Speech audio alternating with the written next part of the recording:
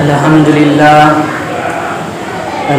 لله نحمده ونستعينه ونستغفره ونؤمن به ونتوكل عليه ونعوذ بالله من شرور أنفسنا ومن سيئات أعمالنا من يهده الله فلا مضل له ومن يضلل فلا هادي له ونشهد أن لا إله إلا الله وحده لا شريك له ونشهد أن سيدنا ومولانا محمدا عبده ورسوله أما بعد فأعوذ بالله من الشيطان الرجيم بسم الله الرحمن الرحيم والعصر إن الإنسان لفي خسر إلا الذين آمنوا وعملوا الصالحات وتواصوا بالحق وتواصوا بالصبر صدق اللہ العظیم.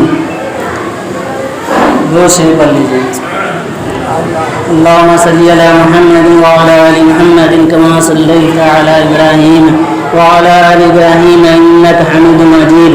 اللهم بارك على محمد وعلى آل محمد كما باركت على إبراهيم وعلى آل إبراهيم إنك حميد مجيد.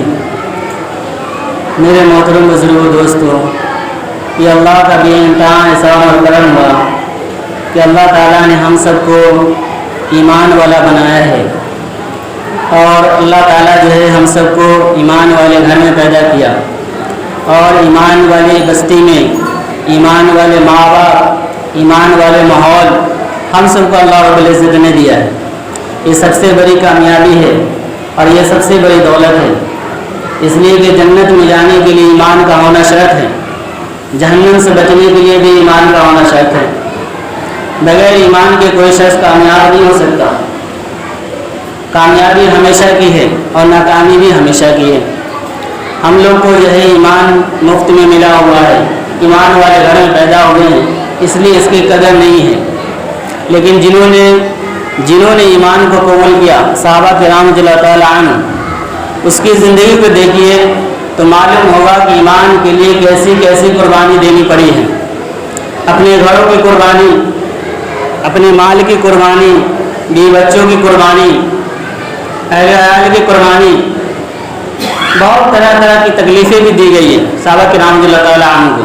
لیکن پھر بھی جو ہے ایمان سے نہیں ہٹے، پھر بھی جو ہے ایمان پہ اللہ کا شکر ادا کرتے رہے، پھر بھی جو ہے اللہ کی اطاعت میں لگے رہے، پھر بھی اللہ کی فرما بردار عبادت میں لگے رہے. لیکن آج ہم پہ جو ہے تھوڑی سی حالات آ جائے، تھوڑی سی پریشانی آ جائے، تھوڑی سی غربتی آ جائے تو فوراً ہم جو ہے ایمان کے خلاف باتیں کرنا شروع کر دیتے ہیں. میرے بھائی دوستو، حضرت بلال رضی اللہ تعالیٰ عنہ غلام تھے ایک یہودی کے. حضرت بلال رضی اللہ تعالیٰ عنہ جب ایمان قبول کیے تو آپ کو جو ہے طرح طرح کی تکلیفیں دی گئی.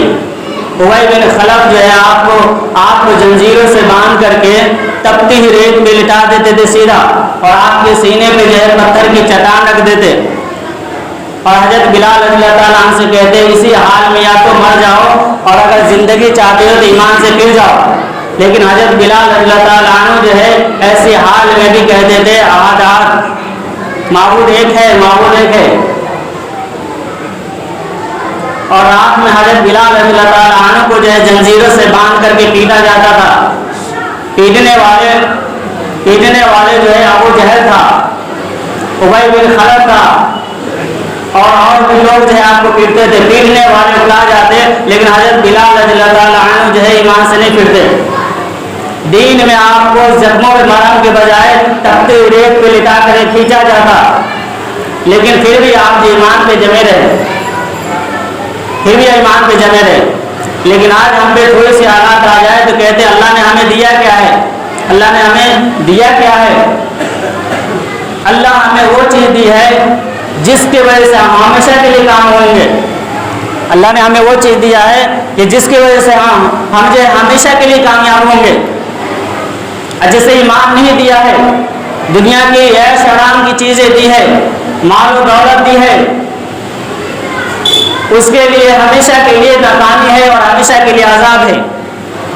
اللہ تعالیٰ جو ہے پچھلی قوموں کے جو واقعات سنائے ہیں قرآن پاک میں، اور اس کے جو ہے کامیابی اور ناکامی کا جو واقعہ سنائے ہیں وہ ایمان اور اعمال کے اوپر ہے. ایمان اور اعمال کے اوپر ہے، مال جمع کرنے کے اوپر نہیں ہے. فیکٹریاں لگانے کے اوپر نہیں ہے، ڈاکٹر انجینئر کی ڈگری حاصل کرنے پہ نہیں ہے. یہ سارے کے سارے لوگوں کو کہا گیا کہ جتنے بھی لوگ ہیں وہ سب کے سب خسارے میں ہیں، نقصان میں ہیں. کامیابی صرف ایک ہی آدمی کے پاس ہے، وہ ہے ایمان والے کے پاس. اللہ تعالیٰ قسم کھا کے فرماتے ہیں والعصر، قسم ہے مجھے زمانے کی، تاکید کے ساتھ فرمایا اللہ تعالیٰ کہ قسم ہے مجھے زمانے کی. ان الانسان لفی خسر، پھر یہاں پہ تاکید کے ساتھ کہہ رہے ہیں بے شک انسان لفی خسر، بہت ہی زیادہ خسارے میں ہے، نقصان میں ہے. جتنے بھی انسان ہیں وہ سب کے سب نقصان میں، خسارے میں ہیں. خسارے سے بچنے والے، نقصان سے بچنے والے، فرمایا کہ الا الذین آمنوا، جس نے ایمان لائے، وعملوا الصالحات، اور اس نے جو ایمان کے ساتھ نیک اعمال کیے ہیں، اعمال صالحہ کیے ہیں، یہ لوگ جو ہے، اور اس کے ساتھ پھر جو ہے صرف اعمال صالحہ پہ وہ اعتماد کر کے بیٹھ نہیں گئے کہ ہماری عبادت، ہماری تہجد، ہماری نفل عبادتیں اور ہمارے جو اعمال ہے یہی ہمارے لیے کافی ہے، ہم اسی کے بدولت جو کامیاب ہو جائیں گے. نہیں، بلکہ آگے فرمایا ہے وَتَوَاصَوْا بِالْحَقِّ، ایک دوسرے کو جو ہے حق کی دعوت دی. وَتَوَاصَوْا بِالصَّبْرِ، اور ایک دوسرے کو صبر کی تلقین کی. جی، انبیاء علیہ السلام سب سے زیادہ متقی ہوتے ہیں، انبیاء علیہ السلام سب سے زیادہ عبادت کرنے والے ہوتے ہیں، انبیاء علیہ السلام سب سے زیادہ اللہ کا ذکر کرنے والے ہوتے ہیں، انبیاء علیہ السلام کا سب سے زیادہ تعلق اللہ سے ہوتا ہے. لیکن اس کے باوجود انبیاء علیہ السلام کو اللہ تعالیٰ قوموں کے پاس، اس کے پاس دعوت دے کر کے بھیجے ہیں اور جا کر کے کلمے کی دعوت دی ہے. جتنے بھی نبی آئے ہیں وہ سب جو جا کر کے ایمان اور اعمال کی دعوت دی ہے. حضرت آدم علیہ السلام سے لے کر کے حضرت عیسیٰ علیہ السلام تک اور ہمارے نبی پاک صلی اللہ علیہ وسلم تک سارے نبی جو ہے ایمان اور عمل کی دعوت دی ہے. حضرت نوح علیہ السلام جاتے ہیں اپنی قوم کو دعوت دیتے ہیں میری قوم ایک اللہ کی عبادت کرو اور نیک اعمال کرو، تم کامیاب ہو جاؤ گے. اللہ کے سوا کوئی معبود نہیں ہے، لا الہ الا اللہ، اللہ کے سوا کوئی معبود نہیں ہے. نوح علیہ السلام کی قوم کہتی ہے کہ اتنے سارے ہمارے معبود ہیں اور آپ کہتے ہیں ایک اللہ کی عبادت کرو، یہ تو سمجھ سے باہر ہے، یہ تو سمجھ سے باہر ہے. قوم نہیں بات کو مانی، جس نے مان لی اور جس نے ہمارے صالحہ کیا اللہ تعالیٰ اس کو بچائے، باقی سب کو جو ہے پانی میں ہلاک کر دیے، پانی میں سب کو ہلاک کر دیے، پانی کا عذاب پیش کر کے سب کو جو ڈبا دیا گیا. اب بچے ہیں کون؟ جس نے ایمان قبول کیا، اپنے اعمال صالحہ کو جو بنایا. میرے محترم دوستو، اسی طرح سے نبی آتے ہیں اپنے اپنے قوم میں. حضرت ہود علیہ السلام آئے قوم عاد کی طرف. قوم عاد بہت ہی طاقتور قوم تھی، بہت ہی طاقتور قوم. وہ پیڑوں کو ہاتھ سے پکڑ کر اکھاڑ کے پھینک دیتی تھی. لڑاکو قوم تھی، وہ لڑنے والی قوم. لیکن ساری طاقتیں بیکار ہیں اللہ کے سامنے، ساری عقلیں فیل ہیں اللہ کے سامنے. اس لیے کہ طاقت اللہ نے دی ہے، عقل اللہ نے دی ہے، اور اللہ تعالیٰ ہر چیز پر قادر ہے، ہر چیز پر اللہ تعالیٰ قادر ہے. ہود علیہ السلام نے کہا میری قوم ایک اللہ کی عبادت کرو اور اس کے ساتھ دوسرے کو شریک نہ کرو. ہود علیہ السلام کے قوم عاد نے کہا آپ کہتے ہیں ایک اللہ کی عبادت کرو اور ہم تو کئی معبودوں کی پوجا کرتے ہیں، ایسا لگتا ہے کہ آپ کو ہمارے معبود نے کچھ کر دیا ہے. جی، آپ کو ہمارے معبود نے کچھ کر دیا ہے، اس لیے تو آپ بہکی باتیں کرتے ہیں، نہیں تو ہمارے باپ دادا نے تو کبھی یہ تعلیم نہیں دی کہ ایک اللہ کی عبادت کرو. آپ کیوں کہتے ہیں؟ حضرت ہود علیہ السلام نے پوری قوم کو چیلنج کیا، پوری قوم کو چیلنج کیا کہ اگر تمہیں لگتا ہے کہ تمہارے معبود نے مجھے کر دیا ہے تو ایسا کرو تم اور تمہارے معبود سب جمع ہو جاؤ اور مجھے تکلیف پہنچاؤ. اگر تم سے ہو سکے تو مجھے تکلیف پہنچاؤ. لیکن تم مجھے ہرگز تکلیف نہیں پہنچا سکتے، تم مجھے ہرگز نقصان نہیں پہنچا سکتے، اس لیے کہ میں اللہ پہ بھروسہ کرتا ہوں، اس لیے کہ میرا تعلق اللہ سے ہے، اللہ تعالیٰ ہر چیز پر قادر ہے۔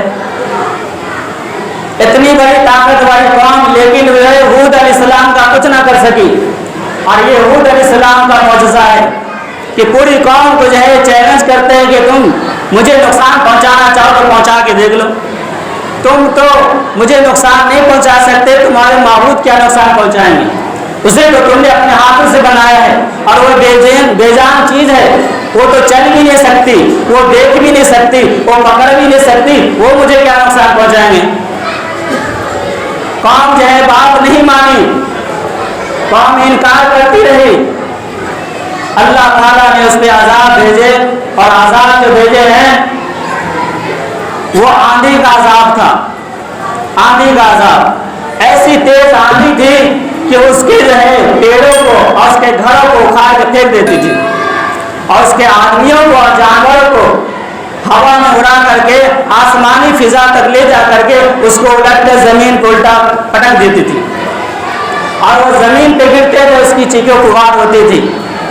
میرے بھائی دوستو، اس کی عقلیں ختم ہو گئی، اس کی حکومتیں ختم ہو گئی، اس کے کارخانے دکان ختم ہو گئی، اس کے مال اس کے کام نہیں آئے، اس کے اولاد اس کے کام نہیں آئے۔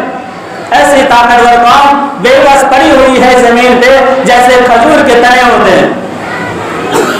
میرے بھائی دوستو، اللہ کا عذاب جو ہے شدید ہے، اللہ کا عذاب شدید ہے، اور اللہ کا انعام جو ایمان اور اعمال ہے۔ اللہ سے ڈرنا چاہیے اور اللہ کی عبادت کرنی چاہیے۔ بڑی بڑی قومیں آئی ہیں، اور وہ قومیں وہی لوگ بچے ہیں جس نے ایمان قبول کیا اور اعمال صالحہ کیے۔ چنانچہ صالح علیہ السلام کو قوم سمود کی طرف بھیجا گیا۔ قوم سمود پہاڑوں کو تراش کر کے گھر بناتی تھی، اور وہ سائنس ٹیکنالوجی کی طرح وہ ایک سے ڈیزائن کے گھر بھی بناتی تھی، اور اس گھر کے اندر جو ہے طرح طرح کے بجلی کے کوکمے بھی لگاتی تھی۔ حضرت صالح علیہ السلام نے اسے دعوت دی کہ ایک اللہ کی عبادت کرو۔